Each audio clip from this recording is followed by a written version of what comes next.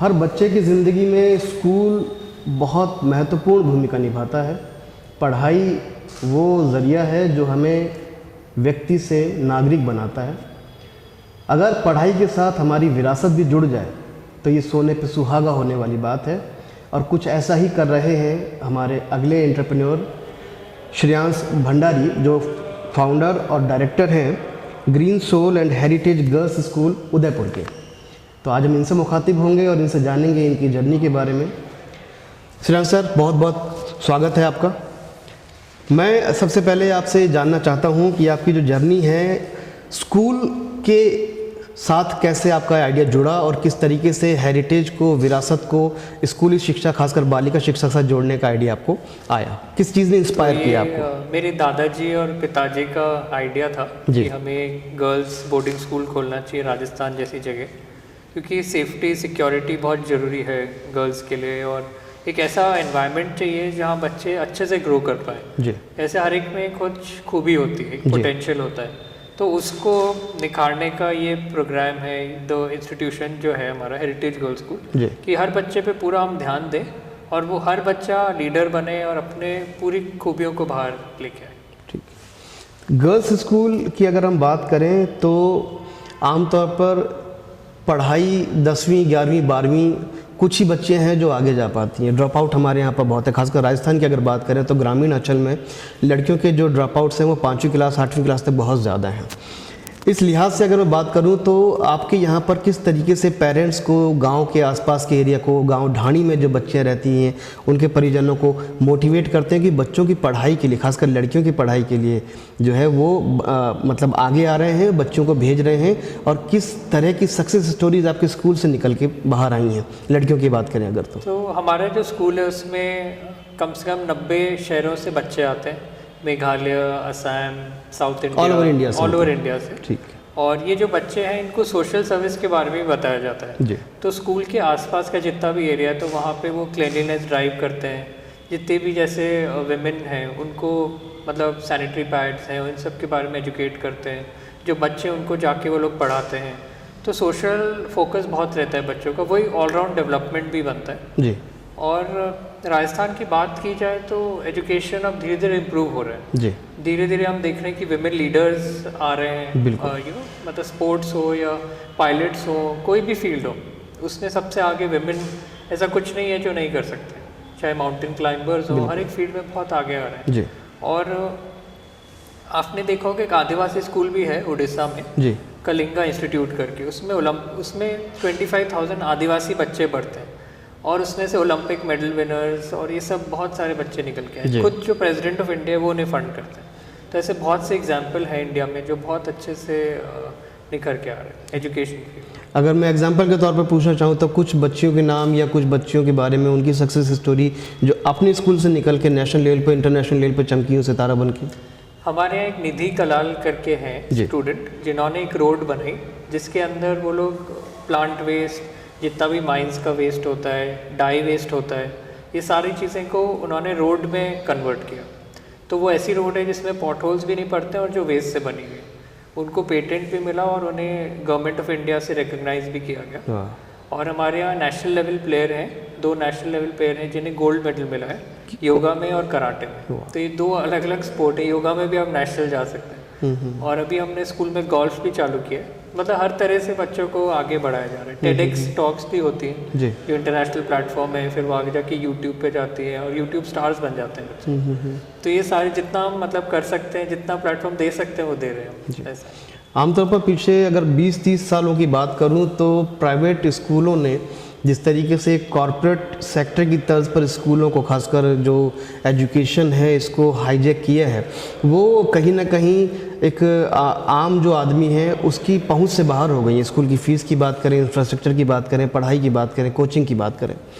आपके स्कूल की अगर मैं बात करूं तो किस तरह की चीज़ें हैं जो मतलब आसानी से पहुंच में है या फिर कोई मतलब इसमें भी ऑब्स्टिकल है? हमने हमारे स्कूल में जो फ़ी है वो ऑलमोस्ट जो बोर्डिंग स्कूल है, लेगेसी स्कूल है, 100 साल पुराना, उनसे आधी फ़ी है हमारी। जी।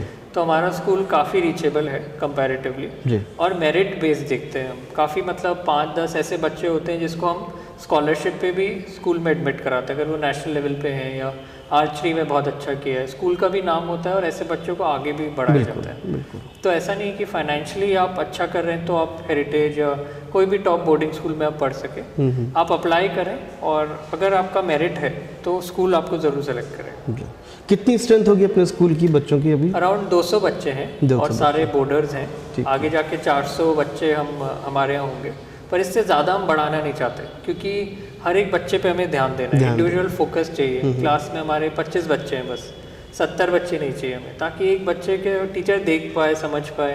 अब 70 बच्चे होते हैं तो कौन आ रहा है कौन जा रहा है कुछ नहीं पता। तो बोर्डिंग स्कूल मतलब उनका हमें 24 घंटे ध्यान रखना है। हमारे स्कूल में हॉस्पिटल भी है, मतलब एक शहर जैसा है, छोटा शहर जैसा बना रखा है हमने। तो बस 400 बच्चे का हम एम लेके चल रहे हैं, 400 बच्चे पूरे भारतवर्ष में से। आपने अपने स्कूल का नाम रखा है हेरिटेज गर्ल्स स्कूल। हेरिटेज जो इसमें विरासत की जो बात है वो किस तरीके से एजुकेशन के साथ जोड़ी है, थोड़ा उस पर रोशनी डालें। इसके अंदर हम अलग अलग कंट्री का हेरिटेज लेके आते हैं, जैसे टर्की हुआ, इजिप्ट हुआ और साउथ अफ्रीका हुआ। इस हर कंट्री का हम थीम लेते हैं हर साल और बच्चे उस थीम के हिसाब से एनुअल फंक्शन की तैयारी करते हैं जी। तो इंडिया और इस कंट्री का क्या रिलेशन रहा, उसके मैप वो बनाते हैं, चीफ गेस्ट वहाँ से आता है। तो हर साल बच्चों को एक नई कंट्री के बारे में, एक नए हेरिटेज के बारे में पता लगता है। और स्कूल भी बड़ा हेरिटेज लुक में बना हुआ है, स्टोन में ऐसा लगता है थोड़ा उदयपुर एक फोर्ट वाली सिटी है जयपुर जैसी, तो ऐसा लुक भी आता है उसमें जी।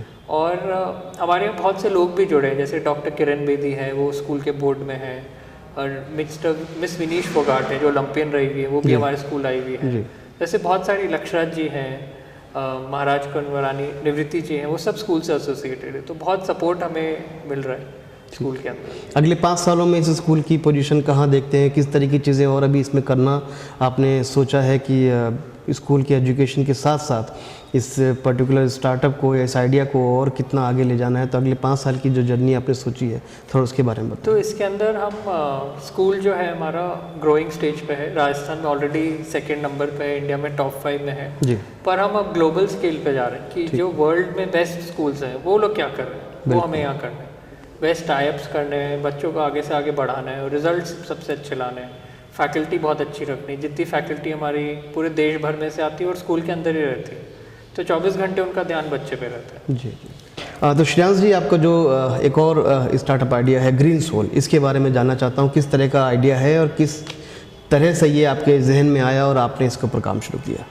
मेरा मैं एथलीट हूँ, एथलीट रहा हूँ, काफ़ी सारे मैराथन भागे मैंने जी। तो हम देखते हैं जब हम भागते हैं मैराथन तो जूते हमारे ख़राब हो जाते हैं कुछ महीनों में जी। और हम किसी को दान दे सकते हैं, पर इसके आगे क्या, मतलब अगर 10 जूते हो, 100 जूते हो, लाख करोड़ जूते हो, क्या करोगे आप? बिल्कुल। तो वैसे ही ग्रीन सोल हमने चालू किया, जिसके अंदर ये जो पुराने जूते हैं इसको रिसाइकिल करके हम चप्पल बनाते हैं और गरीब बच्चों तक पहुँचाते हैं। वाह वाह। तो जितने भी बड़े कंपनीज़ हैं जैसे टाटा है या हिताची है, JLL है, DBS, एडिडास, सारे 40-50 कंपनी हमारे साथ जुड़े हुए हैं। ये हमें CSR फंड देते हैं, वो लेके हम जूते से चप्पल बनाते हैं और कपड़ा लेके बैग बनाते हैं और ये लोगों तक गांव-गांव तक हम पहुंचाते हैं। आज हमने 7 लाख के आसपास बच्चों को ये डोनेट किया है और सोचिए 7 लाख चीज़ें लैंडफिल में भी जा सकती थी, बिल्कुल, वो बचा के हमने इसको लोगों तक पहुँचाया। इसके अलावा आज हम रिटेल भी करते हैं Green Soul as a brand, वो हमारा मतलब एंटरप्रेन्योरशिप आइडिया है और मटेरियल्स भी बनाते हैं। तो जो हम जूते भी बेचते हैं उसमें भी एनवायरनमेंट का फ़ायदा है, क्योंकि उसके अंदर हम लेदर यूज़ नहीं करते, सिंथेटिक यूज़ नहीं करते, मेटल यूज़ नहीं करते। जो कॉटन है, टेक्सटाइल है, पेट बॉटल है, कॉफ़ी है, शू वेस्ट है, ये सब यूज़ करते हुए भी हम जूता बना लेते हैं जो लोग पहन सकते हैं। तो ये मतलब बड़ा हमारा ऐसा यूनिक आइडिया है। ये मेरा खुद का स्टार्टअप है, जो एक को फाउंडर है रमेश, हम दोनों ने चालू किया और 7 साल हो गए आज। तो हम तेज़ी से अब ग्रो कर रहे हैं, मतलब हेरिटेज गर्ल्स स्कूल एक मेरा फैमिली बिजनेस है और ये स्टार्टअप है, तो दोनों को मैं आधा टाइम यहाँ मैनेज कर रहा हूँ, आगे बढ़ा। बहुत कम लोग जो हैं वो इस चीज़ के बारे में जानते हैं। आपसे जानना चाहता हूँ कि एक जूता, एक कपड़ा, एक पैंट, एक शर्ट बनाने में पानी का जो वेस्टेज है वो कितना होता है, और आपके इस ग्रीन सोल स्टार्टअप की वजह से कितनी चीज़ें अब इम्प्रूव हो रही हैं? पानी आप साल में या महीने में अगर डेटा दे सकें तो कितना बचा लेते हैं, और जिस तरह का जो मैन्युफैक्चरिंग जो कॉस्ट आती है उसमें कितनी जो है मतलब कटौती हुई है? अगर आप MIT की रिपोर्ट देखें, MIT US जो सबसे बड़ा इंस्टीट्यूट है, वो बताते हैं कि एक जूते को बनाने में 365 स्टेप लगते हैं और 60 से ज़्यादा मटेरियल यूज़ होते हैं। मतलब एक जगह रबर यूज़ हो रहा है, एक प्लास्टिक यूज़ हो रहा है, उसको अच्छा दिखाने में एक स्पोर्ट शू को इतना मटेरियल लगता है जी। तो उसका आप देखिए मतलब 7 से 8 ग्लास या और भी ज़्यादा पानी वो पी जाता है एक जूता बनाने में, और ये पानी कभी रिप्लेस नहीं होता। ये सारा आपका जो रिवर्स है वो पोल्यूट हो रही है, ये सारा मतलब कैसे बनाना है अच्छा वो तो जान लिया, इसका करना क्या है मतलब पहनने के बाद वो किसी ने अभी तक सोचा नहीं जी। तो अब सोचने लगे, तो उसी में हम मदद करते हैं। जो ये ब्रांड ने जूता अच्छा बना लिया, ये जो ख़राब हो जाता है उसको लेके हम रिसाइकिल कर रहे हैं जी। और हम पे ऑडिट भी किया गया और हमें पता लगा कि 10 पाउंड से ज़्यादा एमिशन पर चप्पल रिसाइकिल में हम बचा रहे हैं। और जो अपैरल है उसकी भी यही हाल है, बहुत ख़राब हालत है। फैशन में तो बहुत फास्ट फैशन हो गया, सेल लगी, पर कंपनी को पता नहीं कि लोग क्या खरीदने वाले हैं, बिल्कुल। तो बहुत सारा डेड स्टॉक बच जाता है। बिल्कुल। डोनेट भी कर दें तो ये सारा लैंडफिल में ही जाता है, डंप हो जाता है। बिल्कुल। तो इसको रिसाइकिल करना बहुत ज़रूरी।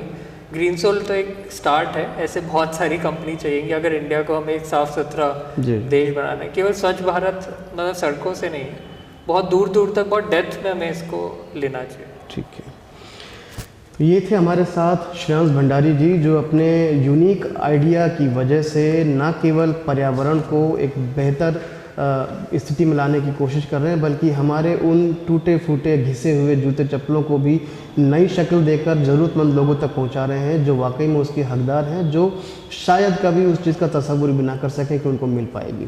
तो ऐसे बढ़िया बेहतरीन कॉज के लिए हम सभी श्रेयांश जी को बहुत बधाई देते हैं।